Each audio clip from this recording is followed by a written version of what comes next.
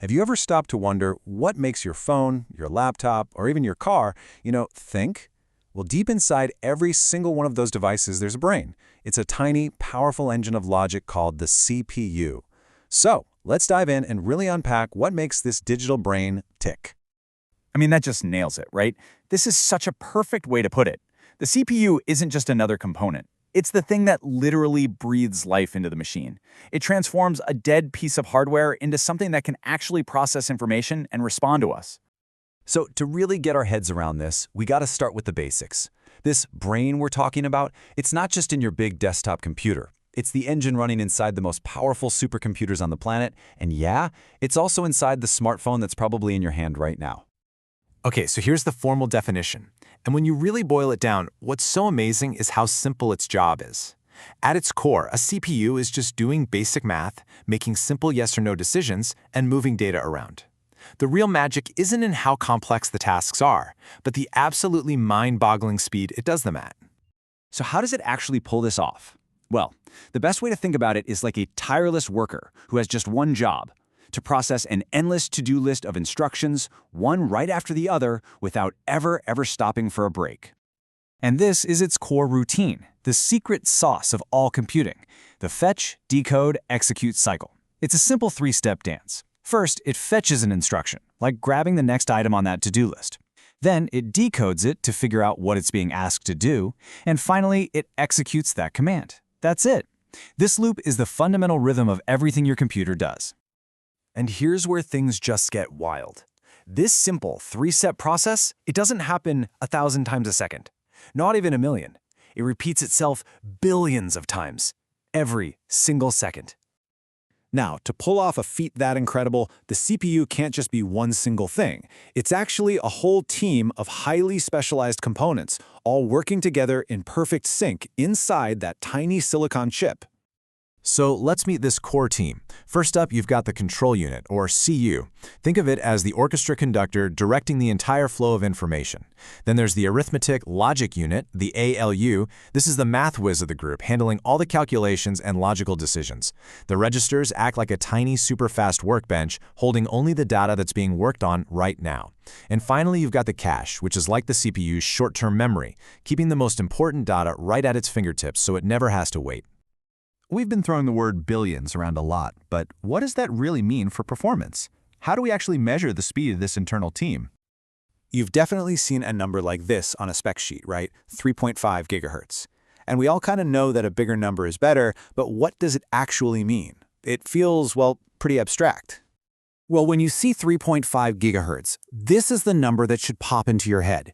3.5 billion. That massive number is the number of cycles per second. It's the clock speed. You can think of it like a metronome setting the pace for the entire chip. And in this case, that metronome is ticking 3.5 billion times every second, driving that fetch-decode-execute cycle we talked about. Okay, that's a lot of theory. Cycles, cores, all that good stuff. But what does it all mean for you when you're just trying to play a game or get some work done? Let's connect all this back to the real world. It turns out different tasks need different things. For stuff like gaming or just browsing the web, a really high clock speed, that fast metronome, is what makes everything feel snappy and responsive. But for heavy-duty work like video editing or 3D rendering, having more cores is absolutely king. And of course, for your laptop or smartphone, it's all about power efficiency, just trying to squeeze every last drop out of that battery. We just mentioned cores, so what are they? Here's a great way to think about it. Having more cores is like having multiple chefs in a kitchen. Sure, one really fast chef can make one dish very quickly, but 4 chefs can work on 4 different dishes all at the same time. That's the power of multi-core processing. It's all about parallelism. And how these cores get their work done really comes down to 2 main philosophies. In your desktop PC or your server, you've probably got what's called an x86 chip. These are powerful beasts, built to handle complex instructions. But in your phone, you almost certainly have an ARM chip that use much simpler instructions, which makes them incredibly efficient with power, absolutely perfect for a device that runs on a battery. For decades, the story of the CPU was simple. Just make it faster and smaller. But we're starting to hit some serious physical limits. And that's forcing this digital brain to evolve in some really clever ways. Yeah, engineers are up against some huge roadblocks now.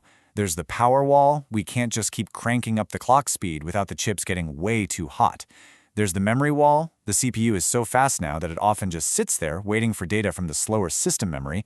And of course, there's the end of Moore's law. We simply can't shrink transistors much more before we run into the laws of physics. So, what's the solution? If you can't just go faster, what do? Well, the answer is a huge shift in thinking. Instead of being a solitary genius trying to do everything by itself, the CPU is evolving. It's becoming more like an orchestra conductor, intelligently managing a whole team of specialists. And you can see this happening right now in modern chips. They have two different types of cores. You've got these beefy P-cores or performance cores that jump on whatever intense task you're actively doing, like playing a game. And then you have these little E-cores or efficiency cores that quietly handle all the background tasks without burning through your battery.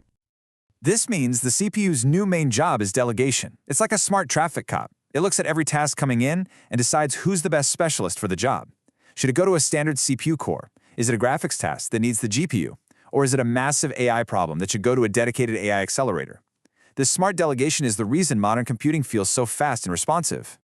So this evolution from a single, solitary brain to a smart orchestra conductor, this is the future. It's a huge shift away from just raw brute force speed and toward intelligent, efficient power.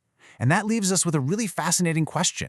As our computers learn to think not just faster, but smarter by using the right tool for every single job, what incredible new capabilities is that going to unlock for all of us?